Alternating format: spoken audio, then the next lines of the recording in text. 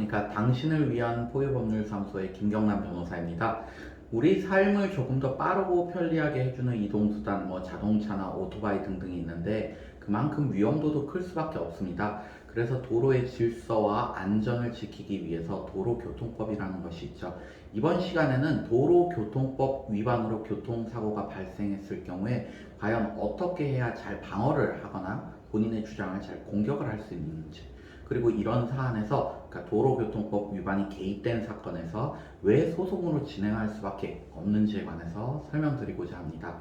저희 사무실로 의뢰를 주신 분들은 그 망인이 된 오토바이 운전자분의 유가족분들입니다. 이 사건 사고는 승용차 운전자가 1차로를 주행 중에 이 우측에 나 있는 농로로 우회전을 하던 중에 그 바로 옆에 있는 농기계 도로에서 주행하는 망인의 오토바이를 충격해가지고 망인이 그 자리에서 사망한 사건입니다. 망인 병원으로 이송되었지만 결국 외상성 혈기움으로 사망하셨고요. 이 사건에서 보험사하고 처음에 붙어가지고 협의를 해봤는데 협의가 이루어지지가 않았습니다.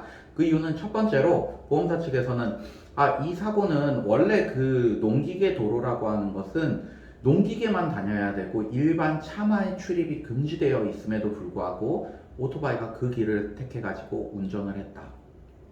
두 번째로는 시선 유도봉이 거기에 설치돼 있어가지고, 그러니까 중간에 이렇게 봉들이 있잖아요. 차선과 차선 사이에 봉들이 있어가지고 차선 변경이 불가하게끔 그렇게 꾸며진 또 도로였다. 세 번째로는 사고 지점의 제한 속도가 60km였는데 망인이 오토바이를 그거보다 더 과속을 해서 운전했고 그렇기 때문에 이 사고를 피하지 못했다.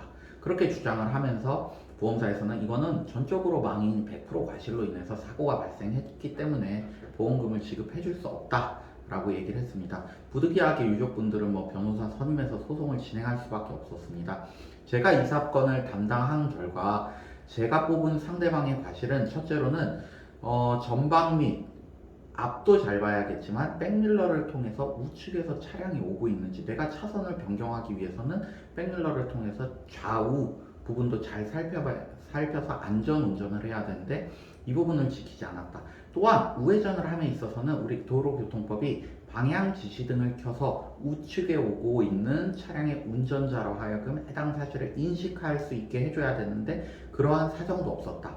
결국 저희가 형사 고소도 함께 진행해서 이러한 부분이 인용이 됐고요. 의뢰인 측에서는 민사소송과 별개로 형사 합의금으로 1억 5천만 원 정도를 받을 수가 있었습니다.